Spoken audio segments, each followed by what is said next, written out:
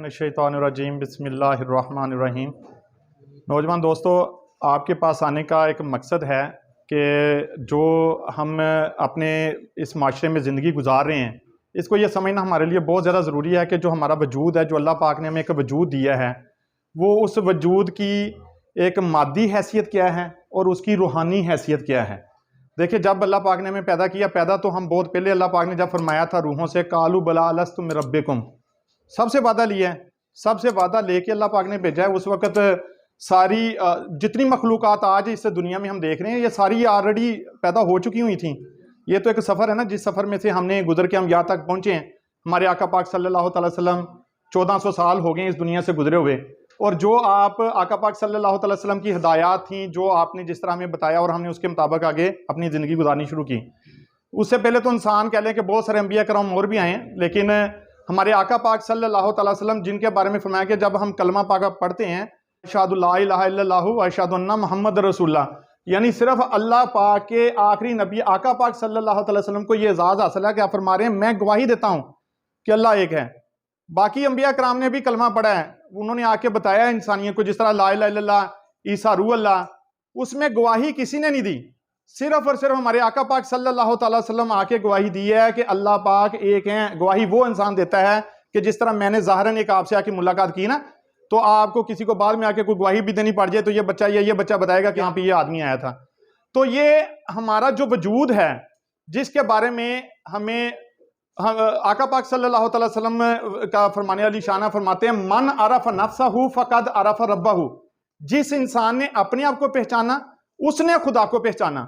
आप देखें, हमारा वजूद 4 मादी अनासर से मिलकर बना है, और एक वो चीज़ है जो अल्लाह पाक ने हमारे अंदर हमारा वजूद बनाया गया। उसमें देखें, आग, पानी, मिट्टी और हवा, ये 4 वो बुनियादी चीज़ें हैं जो यहाँ से इस ज़मीन से ली गई हैं।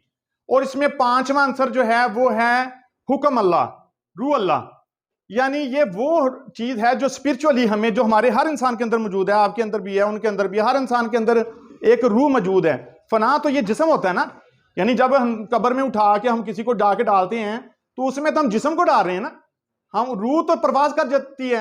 आज जिस हम दौर में से गुजर रहे हैं ना, इस दौर में इस चीज को समझना बहुत ज्यादा इसलिए हमारे लिए जरूरी है कि अगर हम अपनी पहचान हासिल ना कर सके, और अपनी पहचान कहां से शुरू हुई है? आपकी खुद ही से, यानी आपकी खुद ही आपकी पहचान जो है, अगर वो हम हासिल ना कर सके किसी तरीके से, तो हम अल्लाह पाक की पहचान बिल्कुल नहीं कर सकेंगे।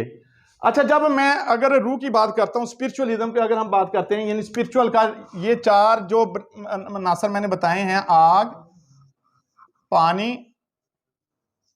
मिट्टी और हवा, ये 4 चीज़ों की यहाँ से हमारे पास से इस कायनात से आ रही चीज़ डाटा आ रहा है। और 5वां अमर अल्लाह, हुक्म अल्लाह, हुक्म अल्लाह।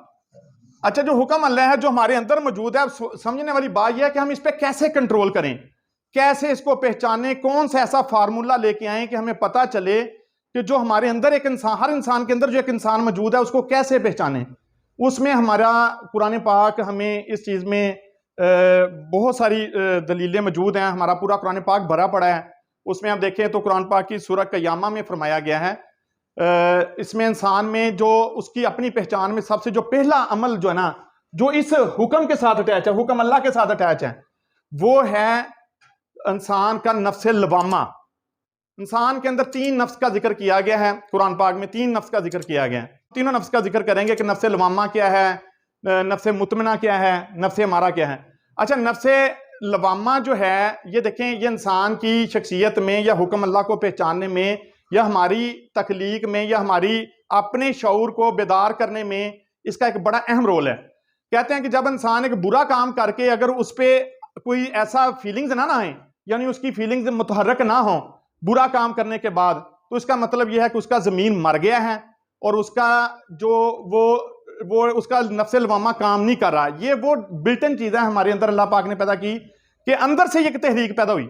मैंने कोई गुनाह का काम किया और मुझे ये फील ही नहीं हुआ कि मैंने कोई गुनाह का काम किया, मैंने उसको एज इट इज ले लिया, मैंने कहा यार ये तो मसला ही को नहीं है, यानी कि मैंने उस चीज़ को उस तरीके से समझा नहीं। इसका मतलब ये है कि हमारा नफ्स लवामा काम नहीं कर रहा, और इस पर हम कंट्रोल कर सकते हैं। मिसाल, हम बुरा काम कर रहे हैं, हमारा अपना रिमोट कंट्रोल हमारे अपने हाथ में है, ہم اپنے آپ کو روک سکتے ہیں برا کام کرنے سے؟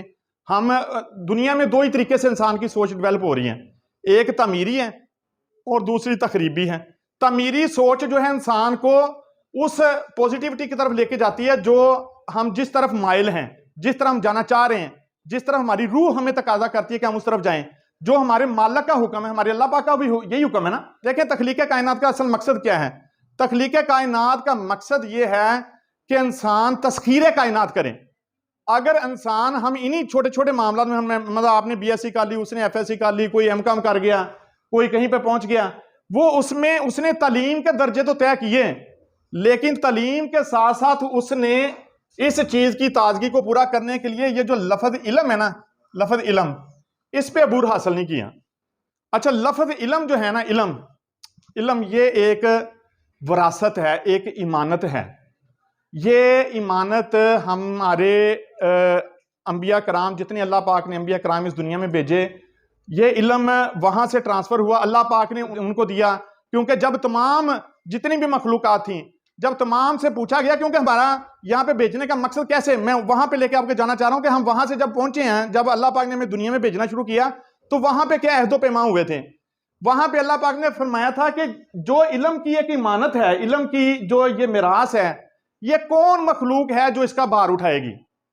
سب سے پوچھا گیا اس میں، اور اس چیز کا قرآن پاک میں ذکر ہے، سب نے اس چیز سے انکار کر دیا۔ پہاڑوں نے انکار کر دیا، ہواؤں نے انکار کر دیا، پرندوں، جانوروں، درندوں، سب نے انکار کر دیا۔ ان کا جی ہم یہ چیز، اس کا بوجھ ہے۔ فرشتوں نے انکار کر دیا، ہم اس کا بار نہیں اٹھا سکتے۔ لیکن انسان نے اپنے آپ کو پیش کیا، اور اللہ پاک نے اس میں بیچ میں یہ فرمایا کہ جو چیز اس کو، جو علم کی میراث کو لے کے جائے گا وہ اشرف المخلوق ہوگا، اس لیے ہم اشرف المخلوق ہیں۔ لیکن یہ جو علم جو اللہ پاک نے ہمیں عنایت کیا، جس کا قرآن پاک، جو پورا قرآن پاک ایک جو علم تھا، وہ بوجھ کس نے اٹھایا؟ اس انسان نے اٹھایا اس کا بوجھ۔ اس انسان نے جب وہ بوجھ اٹھایا تو پھر ہمیں پتہ چلا کہ یہ جو علم ہے، پہلے ہم اس کی ڈیفینیشن کو دیکھنے کی، سمجھنے کی کوشش کریں کہ یہ لفظ علم ہم سے کیا چاہتا ہے اور ہم کیا کرنا چاہتے ہیں۔ دیکھیں ہم اس وقت تعلیم حاصل کر رہے ہیں۔ ہم کیا کر رہے ہیں؟ تعلیم سے انسان کو شعور تو آ سکتا ہے، شعور اس کو آتا ہے، ٹھیک ہے، وہ اپنی پرسنالٹی نکھار لیتا ہے، اس کو شعور آ گیا، لیکن جب تک وہ علم کی پہچان ہی نہ کرے گا، اس وقت تک وہ انسان کا جو وجود ہے نا، یہ والا جو انسان کا وجود ہے، یہ جو شخصیت ہے، جو ہم سب ایک دوسرے کو دیکھ رہے ہیں یا بیٹھے ہوئے ہیں، اس میں کہتے ہیں کہ حضرت حق بہو سرکار فرماتے ہیں کہ پڑھ پڑھ علم ہزار کتاباں تے کدی اپنے آپ نو پڑھیا ہی نہیں، جا جاں وڑدے مندر مسیتاں تے کدی من اپنے وچ وڑیا ہی نہیں، آسمانی اڑدیاں پھڑداں بھلیا جڑا گھر بیٹھا انہوں پھڑیا ہی نہیں۔ ہن گھر کون بیٹھا ہوا وا؟ یعنی کون ہے وہ ایک ایسی چیز جو آپ کے اندر موجود ہے اور جس کی پہچان کرنی بہت زیادہ ضروری ہے۔ دیکھیں جس دور میں سے ہم گزرے ہیں نا، یہ فتنہ پرستی، شیطانیت اس وقت اپنے عروج پہ ہے۔ آپ یقین کر لیں کہ ہمارے ملک پاکستان کو، ہمارے دین اسلام کو اس وقت شیطانی طاقتیں بھرپور طریقے سے چمٹی ہوئی ہیں، اور وہ چاہ رہی ہیں کہ کسی طریقے سے ہم مسلمانوں کو اس دنیا سے ختم کریں۔ آپ دیکھیں جتنے بھی ہمارے مسلمان ممالک ہیں، آپ ایک نظر اٹھا کے دیکھیں، آج تک جہاں پہ بھی مار پڑی ہے، کشمیر میں دیکھ لیں، فلسطین میں دیکھ لیں، بوسنیا میں دیکھ لیں، کون سا ایران میں دیکھ لیں، پاکستان کی آباری کیا ہو رہا ہے ہمارے ملک کے اندر، وہ آپ سب کے سامنے ہے۔ اگر آج بھی ہم نے اپنی آنکھیں نہ کھولیں تو پھر اللہ ہی حافظ ہے۔ پھر انسان کو کوئی اگر کسی کو کہتے ہیں کہ ٹھہرے ہوئے پانی میں وہ بدبو پیدا ہو جاتی ہے، اس کے اندر وہ ہلچل، جس انسان کے اندر ہلچل ہی نہیں ہے، وہ زندہ ہی نہیں ہے، اس کا نفس لوامہ کام ہی نہیں کر رہا، وہ برائی کو برائی سمجھ نہیں رہا، تو اس کا مطلب اس کا ضمیر ڈیڈ ہو گیا۔ جب اس کا ضمیر ڈیڈ ہو گیا تو وہ علم کو کیسے پہچانے گا؟ علم کی پہچان میں یہ جو 3 حرف ہے نا، اس میں ایک حرف جو عین ہے، یہ عین ہماری آنکھ سے نکلا ہے۔ عین عربی کا ایک لفظ ہے، عین کا مطلب ہے آنکھ۔ آنکھ کا یہ لام کیا ہے؟ لام اللہ پاک کے حرفوں میں سے ایک حرف ہے، لام۔ آنکھ کا اللہ، اور میم آقا پاک صلی اللہ تعالی وسلم کے حرفوں میں سے ایک حرف ہے، میم، محمد پاک۔